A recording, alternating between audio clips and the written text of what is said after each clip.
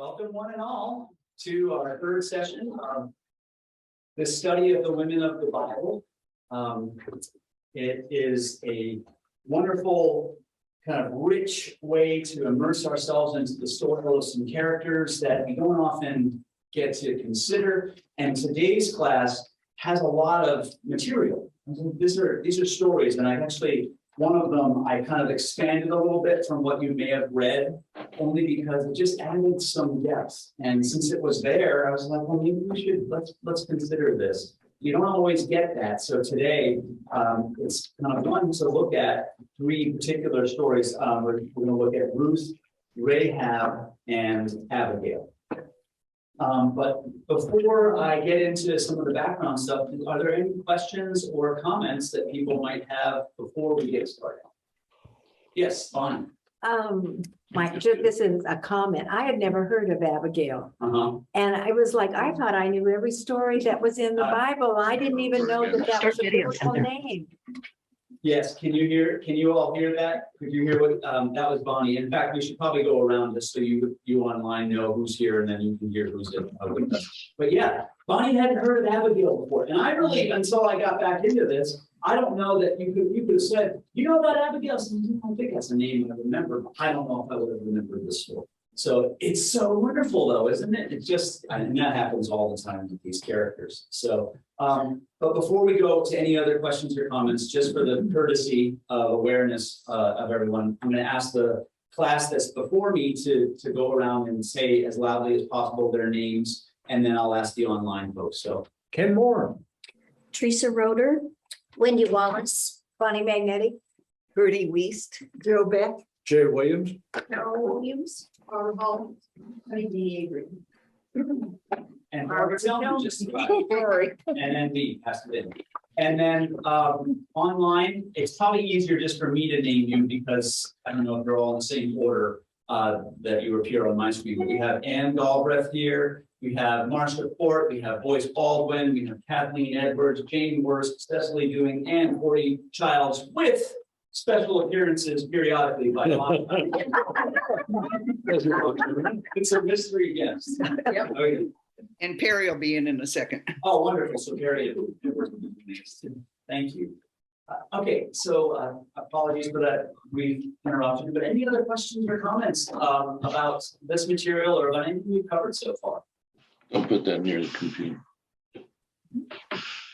Okay, well, hearing nothing, let's go ahead and dive right in. You know, the book of Ruth is one we have studied before in our Bible study. It's been a while, but it's a story that many of us know. And I want to just kind of review just a little bit about it as it gives some context to the words we're going to read. Some of it's going to feel like maybe it's repetitive, but I think it's important to just set the overall context of each of these stories so that it allows us to go a little deeper as to what we're hearing and seeing. So the story of Ruth begins with this family, Elimelech and Naomi, who are leaving Israel, leaving Bethlehem, going to a place called Moab, the land of Canaan, essentially, to flee a famine, a time of famine. That sounds pretty familiar, doesn't it, as far as a theme here, sort of what happened with the Joseph cycle of stories. But regardless, they leave Israel and go to another place where they settle. They have two sons. Those sons grow up. They eventually marry two women from the region of Moab, Orpah and Ruth. And everything's going great. Everyone's doing well. They're happy until people start dying. The two sons die. Naomi's husband dies. And that's very important because the story intentionally creates this dynamic. You know, or we know at this point that they live in a culture that defines women's value based on their relationship to men. And so three women in this situation with no connection to men are extremely vulnerable. So it sets up this dynamic here, this tension. And in the context of the story, you have Naomi, the Jewish woman, who says, all right, I'm just going to go back to my homeland. And you two, you're young, you're beautiful, you're free. Stay here, go get married again. Go find a life, go live. Okay? And they don't want to. Orpah and Ruth, they don't want to, but eventually Orpah does get convinced to stay in her homeland. But Ruth famously decides to stay. She says, where you go, I will go. And your family, your people will be my people. She embraces them. And it's a beautiful story of faithfulness, of her faithfulness to say her vows, but also to something larger than land, blood, culture, religion. It's adherence, it's faithfulness to that. But it's also a story about God's faithfulness towards Ruth and what God does in response to Ruth's actions. So that's sort of the context of Ruth that we'll be getting into. Then we have the wonderful story of Rahab. I mean, Rahab is another one that is just that she's an awesome character who happens to live in the massive fortress walls of the fabled city of Jericho. And in the context of this story, Jericho is this symbol of something that needs to be removed from the scene in order for the promises of God to be fulfilled, okay? If Joshua and the people of Israel are going to enter the promised land, they got to go through Jericho. Now, historians and scholars have long talked about the realities of, or how do they rationalize this story that appears to be about total destruction. And the truth is, history-wise, Jericho was destroyed as a city, was ruins thousands of years before Israel would have come there. This story is not about the moral reasons why Israel is going in there. It's not about the history. It's about a demonstration that Israel's God is true and stronger than the gods and the resistance that ever will face it. That's the key. Sometimes we get tied up because we read these stories and we're like, oh my gosh, that is so bloody, so brutal. How could God support that? It's really not stories that are about the moralizing of it. It's more about what does it represent? And in this case, it represents in a world where God's power is being displayed and anyone that stands in the way of that power stands to fall. Rahab is one whose family is able to stand, is able to live. And how does that happen? What happens because even though God has made all these promises to Joshua, Joshua's still a little nervous. The whole people are nervous. So he sends spies. He sends spies to go scope out this Jericho because he's not so sure about this plan about blowing horns and how that's going to work. So he sends spies and the spies go in and they see what they see and they meet this woman named Hagar. Rahab. Rahab. And so they make an arrangement with her and she does certain things, okay, and enables them when they come back to really to succeed because she allows them to escape. Okay, so that's sort of the context of the Rahab story. And then wonderfully we come to Abigail, who is, and again, as Bonnie said, and maybe some of you also felt when you were reading it, wow, I didn't really know this or remember this story, but what a wonderful story. And it's in the context of the time of King Saul. And anyone who knows King Saul knows he wasn't the most popular guy. He was the first king of Israel, so he has a place of prominence. But the stories and the storytellers didn't like him very much. And the truth is, the perspective that we have in the Bible is mostly from the house of David. So it is very rarely conciliatory towards Saul, okay? And in fact, I wasn't sure I was going to say this, but this is the kind of stuff that I love, and I wanted to share this with you. When I took one of my Old Testament classes, we learned that every king, every special person in the Old Testament has a birth story. Prophets do, kings do. You know how the stories were, oh, Sarah laughed. And so she named him Isaac because Isaac means he laughs, or God laughs. It's so this kind of thing. Did you know there's a birth story for Samuel? Hannah is Samuel's mother, and Samuel, the prophet, has this story where Hannah can't have a child, and she says she asked God, and she kept asking God for a child, and finally God listened, and she got a child, and she says, "Oh, I will name him Samuel because I asked for him." But Samuel doesn't mean to ask. Samuel means God hears us. But you know what the word for to ask is? Shaul, Saul. that story, historians and scholars very likely think is actually Saul's birth story that then got written out because nobody liked Saul. And Samuel was a very important prophet who also was the one that anointed David. But it's just this wonderful sort of retelling that kind of can work either way. But it's most likely because how specific it is, how many times she says, I asked for, or he, because he asked for, it's much more indicative of Saul's birth story than Samuel. Now, that all is not connected whatsoever to our study today, but I feel that it's something that you might just take away with you and say, that's pretty interesting, because that sort of intrigue is all through the scriptures. You know, those kinds of edits that can happen, and redactions and retellings of stories. Did I see a hand up, or were you just throwing a ball, Marcia? I think you were throwing a ball today. Okay. There's a hand up in the room. Ken Moore has a question or a comment. Well, another really important story of Samuel is when he's in the temple and he says, speak, Lord, your servant is listening. So his birth story of Ask fits very well with this key story of his call to ministry. Yeah, there's no question that Samuel was an important person, but Saul, as a king, very likely would have had his own stories of prominence too. And the only point I was trying to make is that my teacher was pointing out, it could be that some of these stories that we think are about this certain person were actually about someone else. And that the chroniclers, the editors, sort of just decided, we don't want to tell a story about Saul, because Saul was kind of a jerk. And Saul wanted to kill David. And we don't like that. So that's kind of where the story starts today. Samuel is no longer with us. And Samuel would have been one of those characters that might have been able to intercept Saul.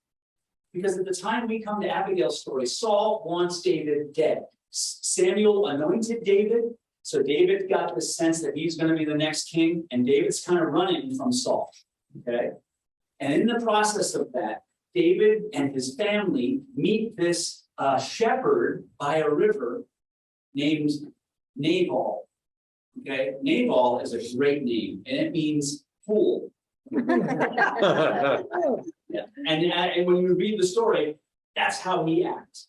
So he meets Nabal, and he takes care of Nabal and their sheep, and they kind of get this, kind of mutually beneficial kind of relationship. We'll watch over your stuff, we'll protect you. And then David says, hey, you think you could spare us some food? We're starving over here. Nabal flies off the handle, doesn't just say, no, thank you. He says, no, and how dare you ask? And he starts saying all these offensive things. And that flips a switch in David. And now David becomes this raging lunatic in the context of the story and threatens to kill all of Nabal's family, just remove all of his goods. So one of the servants who was out there witnessing this goes to Nabal's wife, Abigail, and says, things didn't go so well out there. Do you think you can help? And so she goes in with all this wonderful food, the best food from her pantry. She goes in, she's very sort of humble, she's very respectful of David, and one way or another, she saves the day. And we'll look at what is it that she did? How did that happen? How did it shift the whole dynamic there? Because the point is, she saved a tragedy from happening, an unnecessary tragedy from happening.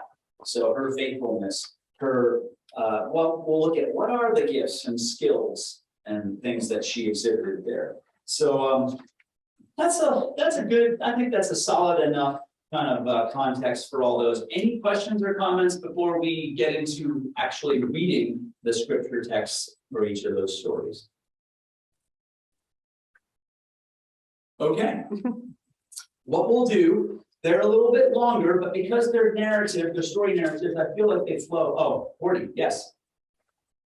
Is there any way you can shift your position or change something? There's a really bright light behind you from the window. Not really.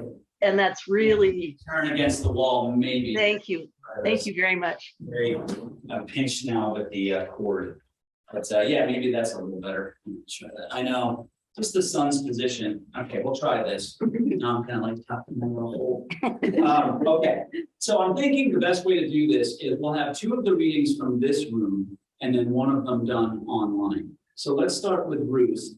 Would someone be willing to read Ruth or to share the reading of Ruth with your neighbor? It's Ruth chapter 1, verses what, 1 to 18. And let's just listen to this story again.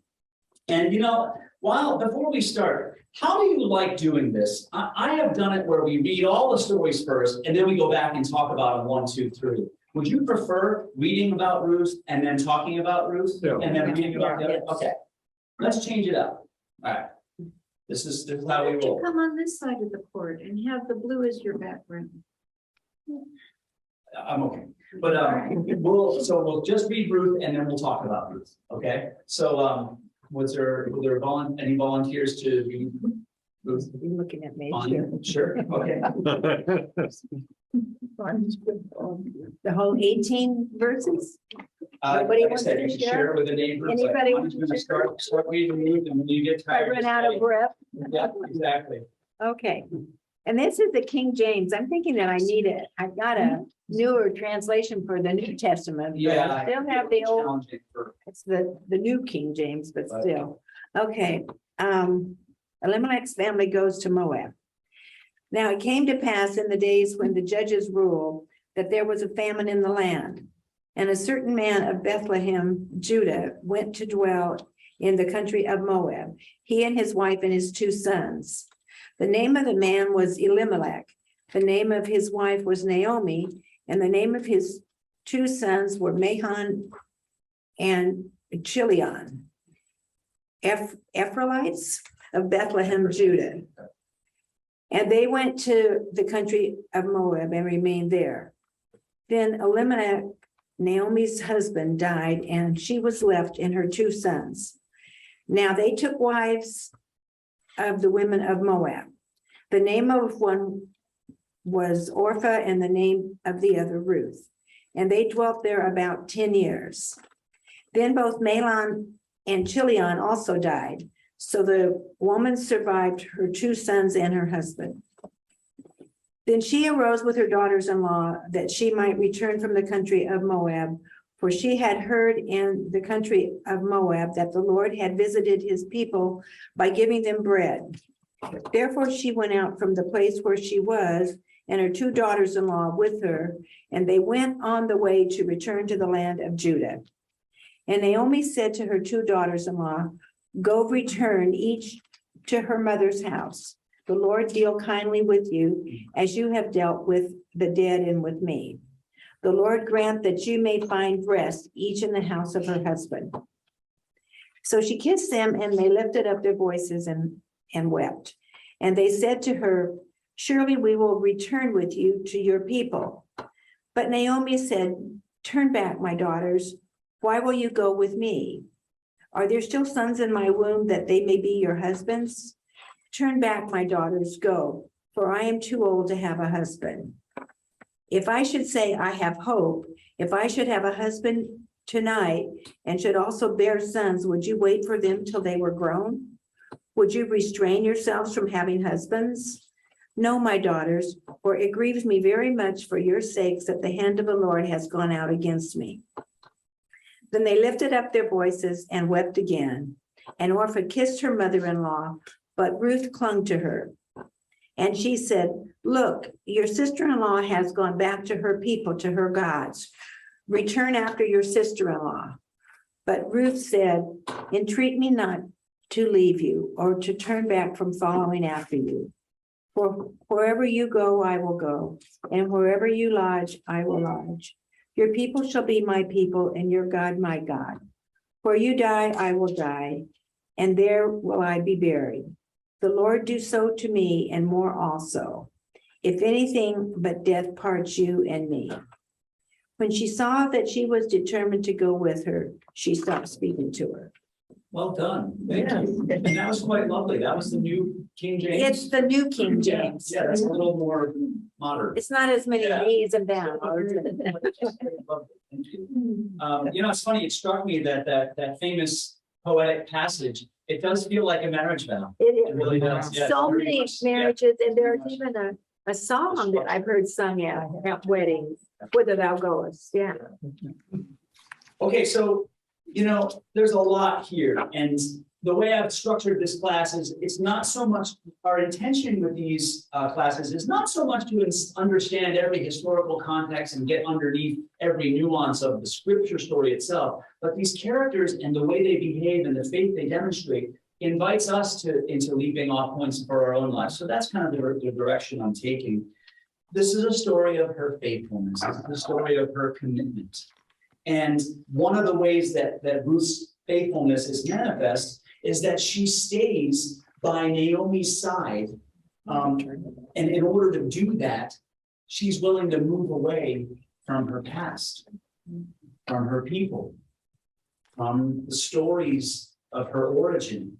She's willing to move away from that.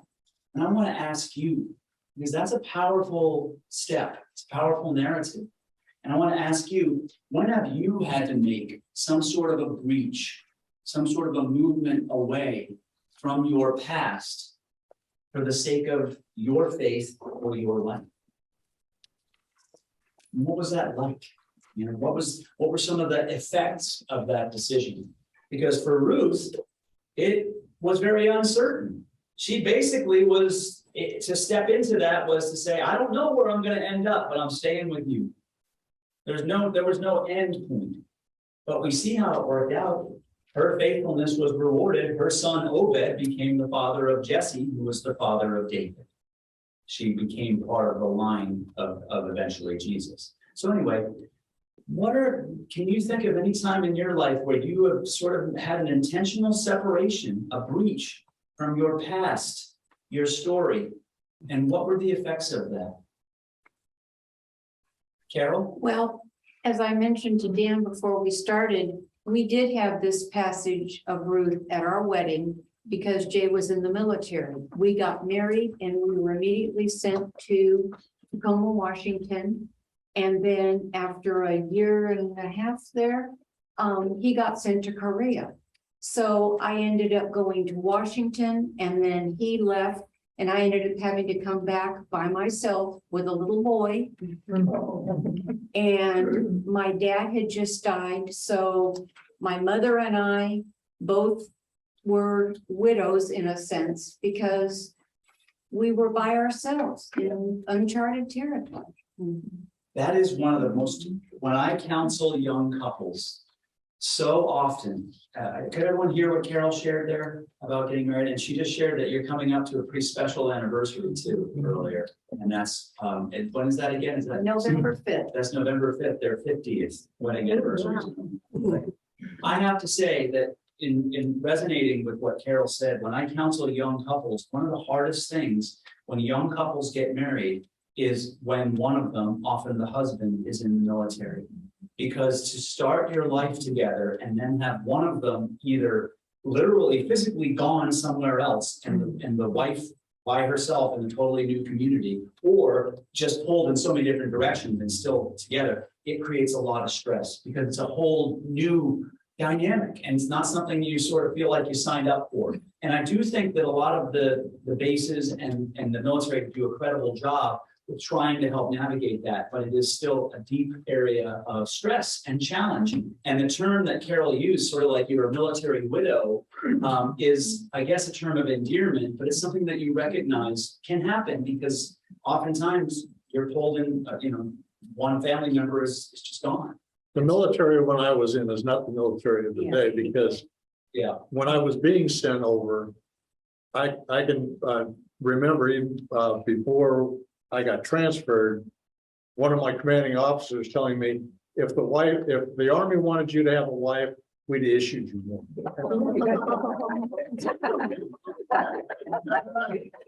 So you'll be leaving. And we don't care where she lives or what she does. They literally, he was their property and I was nothing. Right. That to me is a much more human shift that we've seen then. Oh, That's absolutely. that's just that old treating someone like property, basically. That's thank you for that example. Was there anyone else that had something that came to your minds? A place, a time that you have sort of intentionally left something of your past, made a break with your past for the sake of love or life or faith? And what were the effects of that for you? Taking a risk. That's what Ruth did. Birdie and then Barbara. When our sons, they were just 2 and 4 years old. And that's when Hal decided to accept this job in Germany with the US Army. He was a civilian employee for them. So we left, our families here and moved far away. And at the time we moved, we were pretty much in debt. And the military life really helped us get out of debt. And I mean, that was a big plus for us, but it drew us closer because we became a close-knit family, relying on each other. It can do that for sure, but it was a leap of faith, wasn't it? Yes, Now, it you didn't was. necessarily have a choice, and you did. It was a civilian job you took, right, with Yes. the military. But still, yeah. So there was a break to move from. At that time, it was the Bay Area, right? Yeah, Sacramento. We From lived Sacramento all the way to Germany, Yeah. where you lived for a long time. Yeah. Yeah. Our story of coming out here from Massachusetts was something like that, where we both knew we were leaving family. It was not an easy time to leave because we had lost our home in the middle of that horrible the crash, the real estate market crash. So it was a leap, but it was so good because we were like, I know this is going to hurt, but we didn't want to let a house define our life. It's just a house. So it was really healthy and good to learn how to let go of something that felt so big. And in my life, my dad raised me in a good way to pay my debts, to follow through on my commitments. And this felt like a huge breach of that. But what called us out here was something that was more powerful. I just stepped over Barbara Tillman had her hand up. Well, I probably had 2, possibly 3 experiences like that. The first was when I left, and you all know I'm from Fargo, North Dakota. I left my family in Fargo, North Dakota, and I went to California after I graduated from college with 2 of my friends to look for work because the salaries in North Dakota were very low at that time and still are. And also to seek our adventure, I guess I'd say. And I never really went back. I've been out here and wherever we moved ever since, but it was a severing from my culture and from my family. Yeah. And so Barbara sharing that moving out to California from Fargo, North Dakota was a huge shift. I imagine a lot of us, either when we came out to California or when our parents did, there might have been this sense of, well, we're going to do this for a time and maybe we'll go back or maybe we'll stay connected. And then all of a sudden this ends up just becoming your new place, your new home. And your roots just go deeper and deeper. And then kind of before you know it, it's just, oh, this is where I'm planted now. And it's funny how that can happen. But all of these things are examples of leaps of faith that are reminiscent of something of Ruth's leap of faith. When we don't know the outcome, but we trust love, we trust relationship. There's another aspect to this, though, this type of trust, and that is that the way Ruth moves through it, it's like she's agreeing to simply be on the journey with Naomi. Again, she doesn't know the outcome. Only God kind of knows that, or can be the determinant of that.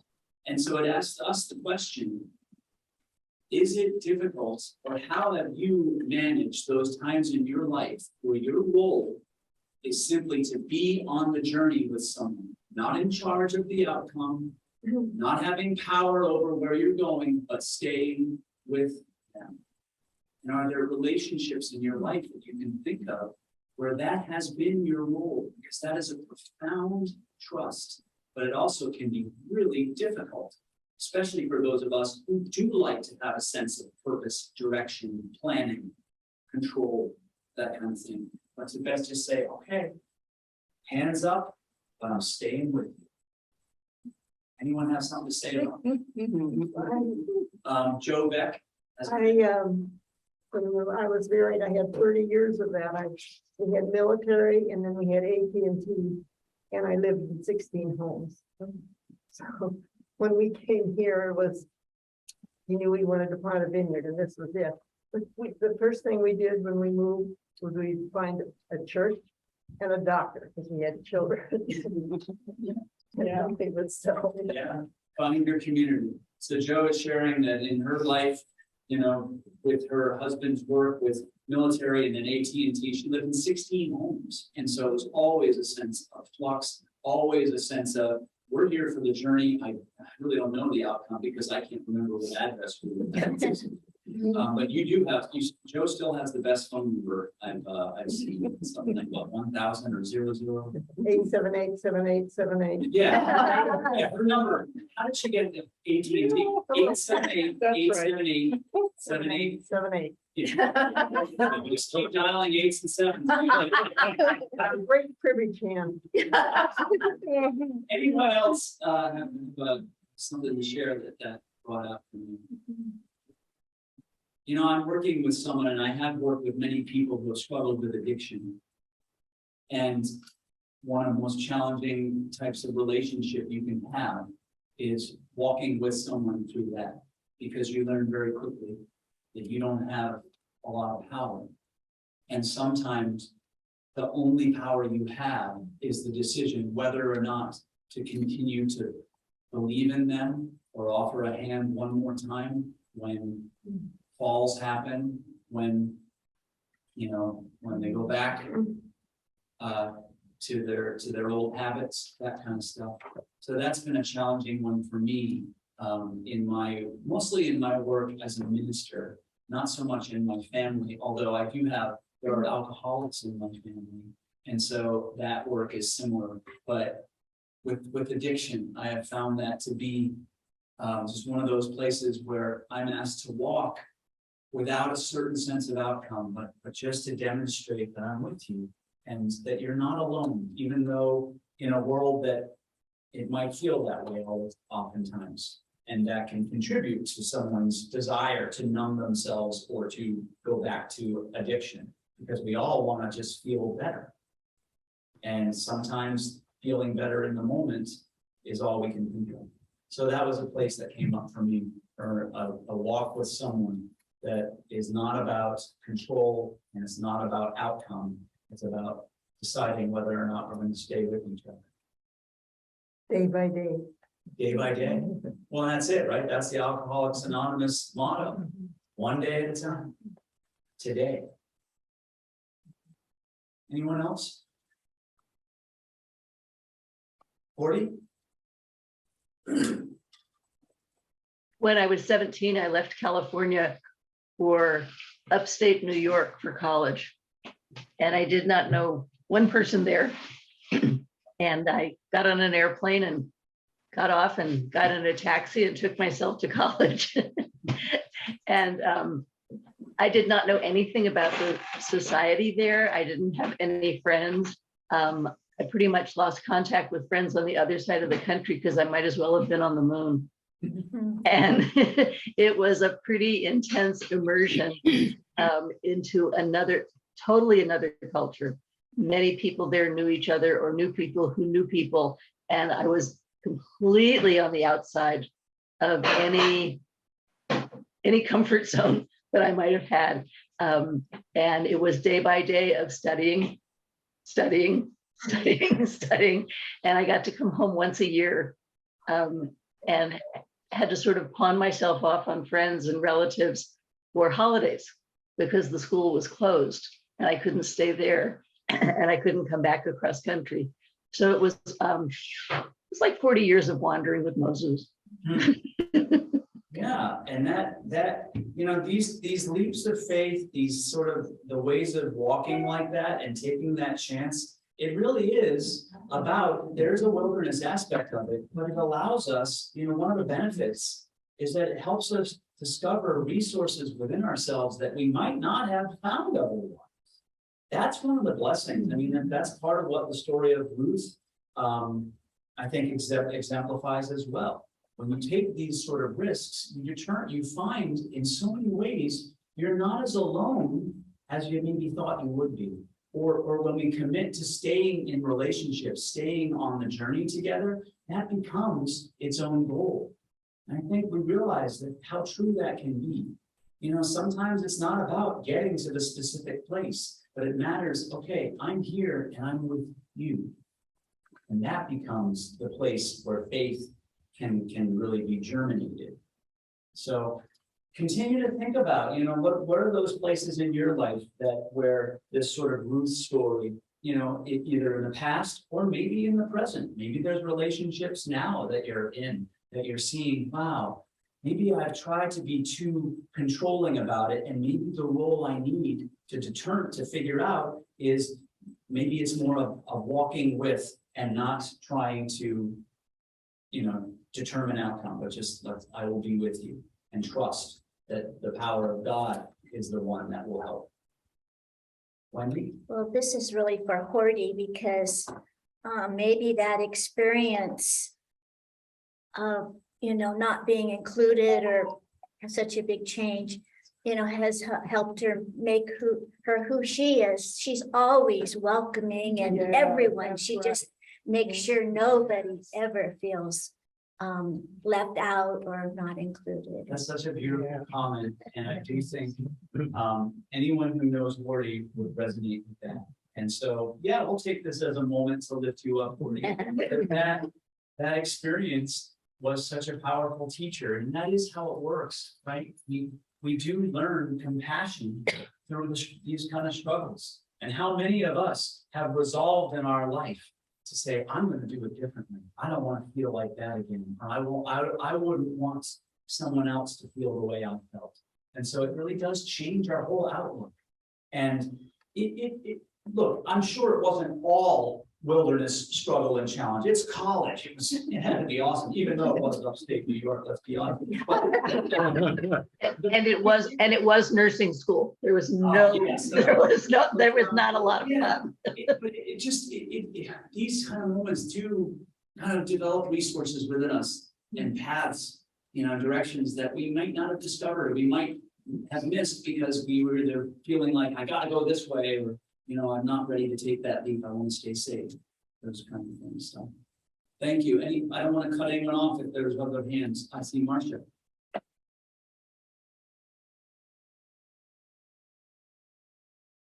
I had so many, I mean, I've been such a nomad since I went to college for a long time. I kind of hopped from place to place. And then, so I thought I wasn't going to share anything, but I thought coming up to Auburn, I knew no one, and yet I was drawn up here. I had a vision of this house and I found it. And I don't know why, but I moved here and I knew no one. And it was after 18 years. I mean, I've lived here longer than I lived as a child in my old childhood house. So I've completely stopped my nomad lifestyle. But I think it was even after 18 years wanting to develop more of a community that I ended up with this community right here. And so it was, I don't know why it took me so long, but it was that coming up here and trying to, you know, and I was working too, so that took up most of my time, but to come up here and thinking, what have I done? But I was drawn here. Yeah, and you know, the truth is, as far as community goes, a lot of times you don't realize the blessing of community, you know, until you get it, until you have it. If you're not experiencing it, a lot of times we move forward and we just exist in the communities we do have. But to discover a community like a church can be a really heart-opening thing. Now, for many, being a part of a church can be the opposite too. A lot of people have been wounded by experiences at church. So that's the other side of the coin. But when we risk community, when we risk taking a walk together, it does tend to open things up. And at least, even if it doesn't sort of work out in a way that's that maybe we look back on favorably, it still ends up being a teacher for us, and it still ends up putting us on the path that leads us to today. So it still has value in that sense. Thank you for lifting that up, Marcia. Yeah, Bob. Well, my father was a career Air Force officer, and listening to Joe Beck's story reminded me of how much my mother moved the family and many times was taking care of the family by herself because Dad would be stationed overseas. Anyway, it really made her more independent, and she's going to be 95 years old Christmas Day, and she still feels from gaining all that independence that depending on other people, even at 95 years old, is hard for her. But she has found good community with her church. Beautiful. You know, I would commend all of you this, as we hear these stories, and I know some of your loved ones that you're talking about have passed on. But whether through prayer or through actual communication, reach out, let them know this love and appreciation that we're talking about. The thanks for the journey that they took you on, that now you're continuing. Let them know these are some of the most important things to say as far as what is really important, essential about our life together. So insofar as that's possible, like I said, through prayer or through real communication, literal, then please take advantage of that. Let's jump into to our Samuel passage, because I'm seeing that it's 9:42. So these are rich stories. I hope not to, rush through, but let's go ahead and jump into this one. And this is Joshua chapter 2, verses 12 to 21. Would someone from the online crowd be willing to read that passage? Joshua 2, 12 to 21.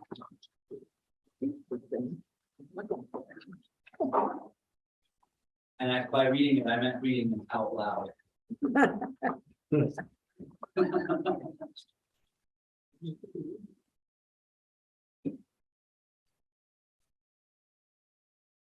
All right, I'll do it. I'll do it. Okay, so this is the Jericho story that we talked about. Joshua chapter 2, verses 12 to 21. All right. I'm reading from the translation called the New Jerusalem Bible. This was the first Bible I was gifted when I was a confirmation student. Okay. This is Rahab speaking to the spies. She says, "So swear to me now by Yahweh, since I have been kind to you, that you in your turn, will be kind to my father's family, and give me a sure sign of this, that you will spare the lives of my father and mother, my brothers and sisters, and all who belong to them, and will preserve us from death." The men replied, that's the spies, "We pledge you our lives, provided that you say nothing about our mission. When Yahweh has given us the country, we shall treat you kindly and faithfully." She then let them down from the window on a rope, as her house was against the city wall, and she actually lived in the wall. "Make for the hills," she said, "or you may run into your pursuers. Hide there for 3 days until your pursuers have come back, and then go on your way." The men said, "This is how we shall fulfill the oath which you have made us swear. When we invade the country, you must tie this scarlet cord to the window from which you let us down, and collect your father, mother, brothers, and entire family inside your house. If anyone goes out the doors of your house and onto the street, his blood will be on his own head, and we shall not be to blame. But the blood of all staying inside the house with you will be on our heads if a hand is laid on any of them. But if you divulge our mission in the meanwhile, we shall be free of the oath which you have made us swear." She replied, "Let it be as you say." And she let them go, and they left. She then tied the scarlet cord to the window. Okay. So that's that little portion there of them making the agreement. Story. And I just wanna just play with this a little bit. How did the promises of the spies actually provide Rahab with hope? How did those promises provide her with hope? Is she a wreck? What? How did the promises of the spies provide her with hope? All over the kitchen floor, into the dining area. Perry. Cindy, just a wreck. Yep. And her voice sounds terrible, but she's feeling a little better. Mark's terrible. Sick. Mark had to get up 2 or 3 times last night to tend Janet. All right. I just had to mute you because we could hear your conversation there. How did the spies, how did that interaction provide hope? Of course it provided hope. The whole thing provided hope. Just go into what are the ways that she found hope in these promises that they were making? Barbara. Well, her whole family would be saved, would be protected from being killed. Yes, so it was a guarantee that her family would be kept safe as long as they abided by certain very specific conditions. So it was promises that didn't just rely on the ones making the promise, but it was a promise that enabled her to have an absolute connected action role within it. Basically, do these things here. Put this cord up, make sure your family stays inside, and we're good. So it was very, very clear, very specific that gave her hope. Okay. The promises were not just about, oh, we will take care of everything. I mean, they had that sort of power, I mean, in the context of what's going on, but she very much had that action role to play. Okay. So her hope was not just about them, it was about her role in it. And so I bring this up because how do you then tend to connect to the promises of God in the Bible? How do the promises of God give you hope? Ever thought about that? How do God's promises provide you hope? Really? Not just like, oh, because they give me hope that no, specifics. How do you tend to relate to those promises? You may see where I'm getting, because we've talked about this before. But just see what comes up. What's your connection to the promises of God? How do God's promises in Scripture or in your life give you hope? Is it just about God taking care of everything? Yeah. God is with us. God is with us. That's the promise. On a journey, sort of like Ruth. Yeah. We're promised God's presence with us, not God to take care of every single little detail and make everything just perfect. Okay? But God does promise to be with us. How else? How do you find hope in God's promises? What are other ways that you find that hope?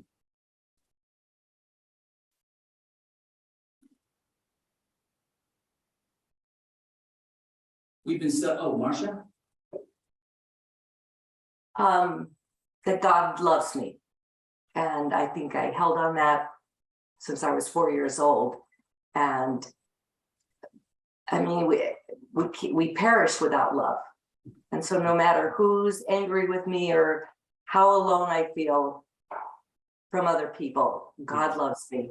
Yes. So, and in a similar way, yes, look at the stories that we've already read about, the women we've talked about. The way that their healing and their wholeness comes is because Jesus sees them. Jesus names them. Jesus loves them, like Marcia just said. Jesus welcomes them in to a part of something greater than the isolation and the disease they were feeling previously. Their hope was found in being welcomed and then saying yes to the welcome. And then becoming agents of welcome themselves. That's why they go off and they tell and they share it, they praise, they sing, they dance. It's how it goes. Our hope in the promises of God are similar to the same hope that Rahab found with the spies. It wasn't just about waiting for God to take care of everything, but knowing that God's promises are ways for us to jump in and say, God's like this. Come on, let's go. And our job is to say, yes, let's take that hand and I go, because I know you're going to be with me. And that's enough. Our hope in the promises of God is partly because we are invited to partner with God to manifest, wholeness, healing, compassion, inclusion, seeing one another differently. 40? We've often been told that the most common words in the Bible are fear not. And I think that's one of the things that God asks of us as he offers the presence of his relationship all the time. I am with you, fear not. And when we don't fear, then we can trust in the presence of God being with us. And that's a real blockade. And so when we trust in those words, fear not, then we get to come back into the relationship that he's offered us in the first place. It's so true. And that's why it's said so often. The walls of Jericho, they're a fortress. They're like this. And they really, in some ways, are the metaphor of fear. And the only way we can do what we're talking about, partner with God, walk together, get out, live, act, love, is when we break down and break open. Break down the walls, break open our heart, give ourselves to something more than this. We're always in it. It's always happening one way or another. A lot of times in our lives, we think we're going good and we feel like we're living heart open, and then something happens in our family, our job, our health, and it causes us to do this. It's not to judge it. It's not bad. It's just how it's almost instinctual. The economy is really bad right now. We're about to go to stewardship.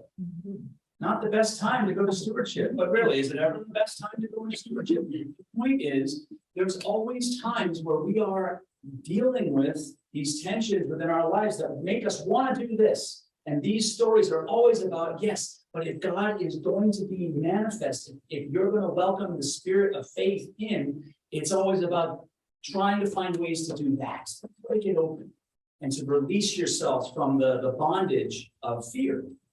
So, Horty, I think you're right on it. Fear is really one of the most critical obstacles. That's why the opposite of faith is not doubt. The opposite of faith is fear. Because fear interrupts the possibility for faith. Doubt actually is like taking a rake to the soil of faith. Any other comments about it? Rahab has an active, living faith. It is not just waiting for someone else to take care of business, but it's getting engaged, it's taking a risk, it's doing that. And a lot of us in our lives, we kind of come in contact with the difference between a living faith and a dead faith. A dead faith being the one that just is about reading lists and reciting beliefs and really not engaging in the heart risk that this type of a story and all of these stories really say, this is what it's about. It's about that hand that God says is reaching out. It's not about just staying planted and safe all the time. But when you take the hand of God, it means you're going to go on an adventure. Like all of you have been describing in your own ways, these Ruthian adventures, these ways that you have leapt out. And look, some of them, many of you have many more of these adventures to take. I don't care how old you are. They happen every day. And it's like, the hand's there. Are we seeing it? Are we looking for it? Sometimes, yeah, not always. It's not, hey, that's how it is. But that hand is there. And that journey is still before us. So that's where the faith is made known. That's where it becomes alive. Ken? I never thought about the connection between Ruth and Rahab, but Rahab was her mother-in-law. Oh, yeah. She was By blood or by? Well, faith. Yeah. She was Boaz's mother. Yeah. So. I didn't know She was Boaz. I have to look that up. Sometimes those, when it comes to the women, the blood, the genealogies of Jesus and they get a little challenging because the women are often connected by faith instead of bloodlines, by acts of faith, like Ruth, or because Rahab is in there as well. But I'd have to look at that a little more closely. But there is a relationship. They are connected. They're part of that genealogy, whether it's blood or whether it's these are the staple core ancestral handings on of the faith. This is what's essential in the faith. To me, that's as important as the bloodlines, maybe more so, because all these stories are about, it isn't about the bloodlines. It's about a walk together that we're all invited to, and that we're all on. And they're from other nations. They aren't part of the children of Israel or what. Right, and that's what's so profound about the Ruth story. It's like, wait a second, and this one. These are not Jewish women. Right. But they're embodying the best and the most important essential parts of the faith that become then, this is what that leads to Jesus. This is what leads to salvation. But that tells you something about the bloodline of Jesus. Right.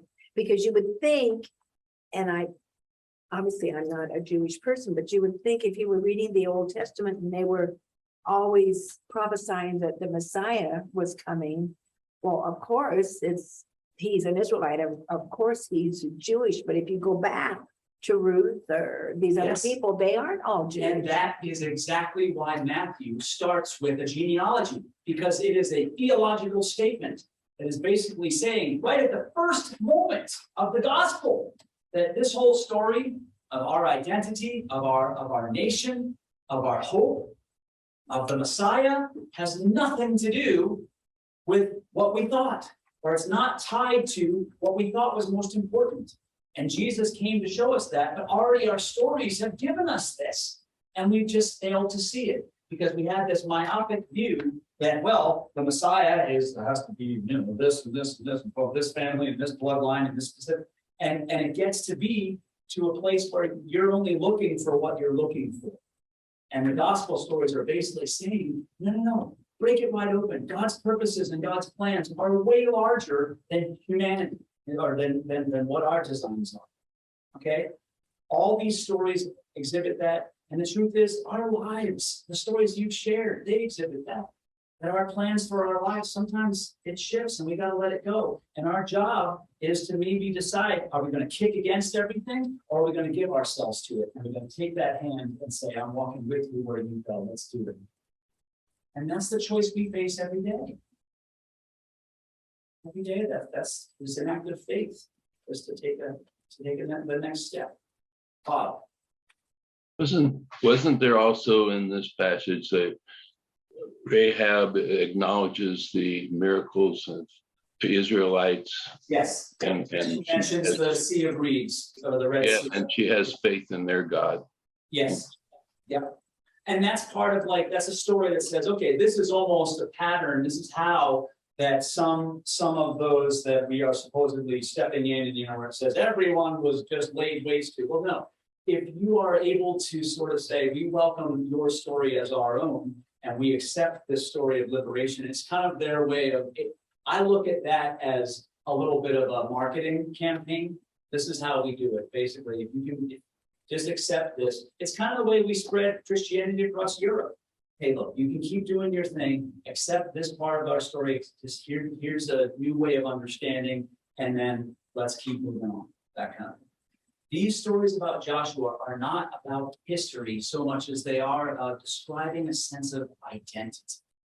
Who are we? What's important? So all of these stories sort of within the blood and within the battles, that's where the real juice is. Okay? And that's what we're seeing in Abigail. No, Rahab. Maybe I listened to Sammy Hagar this morning or something. I don't know why I was thinking that. All right, maybe I should start talking about Rahab, Hagar, and we can get into Abigail. So let's see. That's 1 Samuel cards. I'm gonna ask someone from the room to read 1 Samuel, and let's go, if possible, let's just go 14 to 35. This really captures the movement of Abigail, what she goes through. What So this chapter? 1 Samuel, chapter 25, verses 14 to 35. And you can split it up. Ready? Who's first? Carol? 14 to 30. Okay. One of the servants told Nabal's wife Abigail, David sent messengers from the desert to give our master his greetings, but he hurled insults at them. Yet these men were very good to us. They did not mistreat us, and the whole time we were out in the fields near them, nothing was missing. Night and day, they were a wall around us all the time. We were herding our sheep near them. Now think it over and see what you can do, because disaster is hanging over our master and his whole household. He is such a wicked man that no one can talk to him. Abigail lost no time. She took 200 loaves of bread, 2 skins of wine, 5 dress sheets, 5 sheets of roasted grain, 100 cakes of raisins, and 200 cakes of pressed figs, and loaded them on donkeys. Then she told her servants, go on ahead, I'll follow you. But she did not tell her husband Nabal. As she came riding her donkey into the mountain ravine, there were David and his men descending toward her, and she met them. David had just said, it's been useless, all my watching over this fellow's property in the desert, so that nothing of his was missing. He has paid me back evil for good. May God deal with David, be it ever so severely, if by morning I leave alive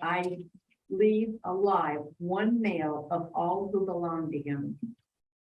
When Abigail saw David, she quickly got off her donkey and bowed down before David with her face to the ground. She fell at his feet and said, my lord, let the blame be on me alone. Please let your servant speak to you. Hear what your servant has to say. May my lord pay no attention to that wicked man Nabal. He is just like his name. His name is Fool, and folly goes with him. But as for me, your servant, I did not see the men my master sent. Now, since the Lord has kept you, my master, from bloodshed and from avenging yourself with your own hands, as surely as the Lord lives and as you live, may your enemies and all who intend to harm my master be like Nabal. And let this gift which your servant has brought to my master be given to the men who follow you. Please forgive your servant's offense, for the Lord will certainly make a lasting dynasty for my master, because he fights the Lord's battles. Let no wrongdoing be found in you as long as you live. Even though someone is pursuing you to take your life, the life of my master will be bound securely in the bundle of the living by the Lord your God. But the lives of your enemies he will hurl away as from the pocket of a sling. When the Lord has done for my master every good thing he promised concerning him, and has appointed him leader over Israel, my master will not have on his conscience the staggering burdens of needless bloodshed or of having avenged himself. And when the Lord has brought my master success, remember your servant. David said to Abigail, praise be to the Lord, the God of Israel, who has sent you today to meet me. May you be blessed for your good judgment and for keeping me from bloodshed this day and from avenging myself with my own hands. Otherwise, as surely as the Lord, the God of Israel lives, who has kept me from harming you, if you had not come quickly to meet me, not one male belonging to Nabal would have been left alive by daybreak. Then David accepted from her hand what she had brought to him and said, go home in peace. I have heard your words and granted your request. That is a powerful Isn't it? story. I love that. Thank you for reading all of that. Hope it translated well to those who are online. You know, she's obviously a woman of resourcefulness, but tell me, what did we learn? What did we learn from Abigail about how we basically handle the fools in our lives and handle those who are angry, who might be angry to the point of irrationality? What does how did her actions sort of, how are they instructed to us?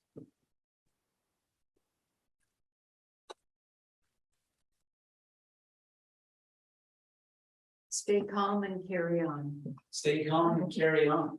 Yeah. Do what you know is right. Do what is the human thing. Don't be reactive. She didn't react to them. She responded. She responded to a situation and she changed the dynamic. But yes, don't be reactive. Do what is right. Trust in the ways that are right. Okay, what else? We talked about it at the beginning. Go ahead and say what we talked about at the beginning. What's the best way to calm a fool or someone who's angry? Feed them. Bring a bunch of food. Don't have to give me fun in the stomach. Hey, that's it. What else? What are ways that her story exemplifies or is instructive to us?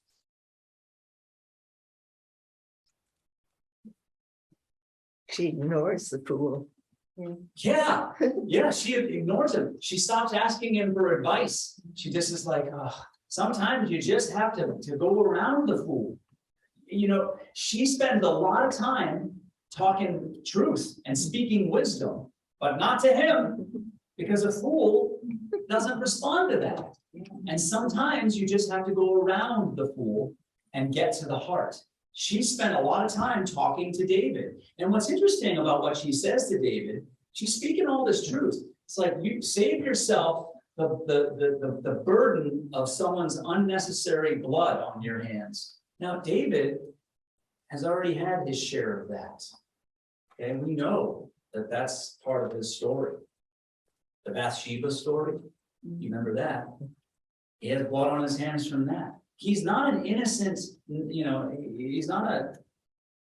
he's a gray character. Okay?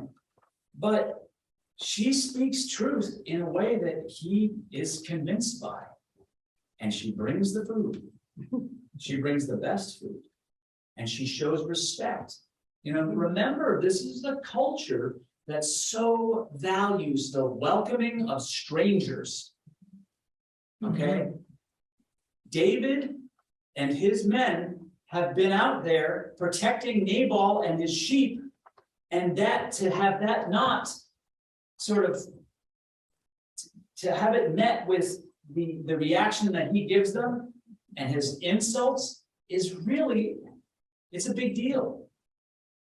You know, you read Ezekiel, and the reason why Sodom and Gomorrah burned, again, these are mythical cities, but it wasn't because of sex, rape, and all that. It was because of lack of hospitality to strangers. Hospitality is important. This is a cultural thing. David is flying off the handle. He is as angry as you can. I mean, that's what she starts by saying. He's like, okay, talking to her servant. Now what do I do? She jumps in. She takes action. She responds in the ways that are both culturally appropriate, but also faithful. And she takes a risk. She doesn't know what she's going into. And it makes us wonder, how many times have we been in either position? Have we been the Abigail? How many times can you think of an example in your life where you have been the one sent to stop that person from doing that thing? Oh my gosh, what is happening? Or has God sent someone who stopped you from being the one who is enraged or about to do something just foolish? And you think of a time when God puts you in either one of those positions.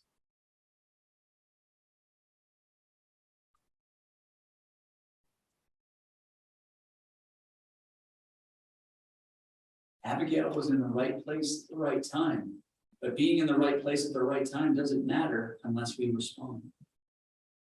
And knowing our stories of response are as vital as David knowing how he slayed the bear and the wolf, which gave him the confidence to go face his Goliath. To know our stories, to remember these moments, is not just about the trivia of thinking back on our lives, but it's about crafting our way forward in faith.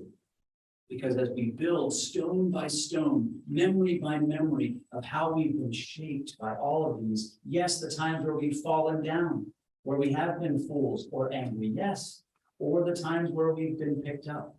All of that, to be aware, is to help us build the steps of our faith and our growth to that next time. So and I understand these classes are always like, please question, my gosh, I got them ahead of time, maybe I get it, no problem. But it's worth kind of continuing to think about, because that's the grist for the mill of our faith, as we think about it. And what's beautiful about this is that we plant seeds in these classes. And that's why I love to start the next class with, hey, are there any questions or comments? Anything come up based on what we talked about? Because that's how it works. I know that we're planting seeds and sometimes things come up, but see what comes up for you. Know those stories, revisit those stories, because they will prepare us. They will help set the stage for the ongoing journey, for the next time that the hand is stretched out and we may be ready to receive it. That we can keep building our faith that way. We remember and then we move forward. Any closing comments or questions? Yeah. All three of these women are in circumstances that they see are not going to stay like they are right now. That things are changing. Yes. And so they each make a choice. And their choice is to choose the right direction for good. Yeah. They're choosing relationship too. They're choosing risk. They're choosing acting along the lines of God's will. They're doing hospitality things. They're doing going on the journey thing. All of them are turbulent and life-threatening. Each one of these examples, all of them are life-threatening.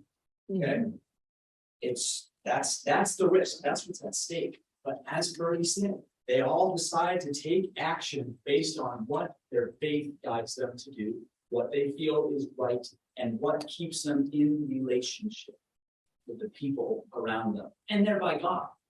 But it's always about where's the relationship that we're being called. And if we're finding ourselves always kind of moving off to the side and isolating, then it might be a chance for us to say, what's going on here? What's being challenged in me, or what am I responding to? Am I doing that out of fear, or is this the time? Because sometimes we have to go by ourselves. I don't want to. Sometimes we have to do this, but always with the intention of eventually doing this. Okay, but there's times in our life where we can get stuck, and generally we don't get stuck in love. We get stuck in fear. We don't get stuck in those places of risk. We get stuck in the places of staying safe. It's worthy of just sort of taking an account of where are we right now? And what are the relationships in our lives that might be nudging us towards risk or safety? There's no judgment on either, they're both important. But notice where you are. And then look for the hands then that help develop something that maybe breaks you out of this. And you might discover it opens things up in your faith, in your life, and in some of those relationships. Any other closing comments? That was a lot of material today. I hope it felt like we were able to get to it in meaningful ways. There's obviously a lot left to say. I will have notes. So I apologize about some of the slowness of getting things up on the website, but last week's class will be up as of probably right now. And then the notes will be attached to each of the classes too. So if you wanted to revisit some of this, you're always welcome to do that on our website. And I thank you all for being here. Next week will be, other notes will be on the website, and you have your schedule, so. Thank you so much for being here today, and I look forward to being together next week. Thank you.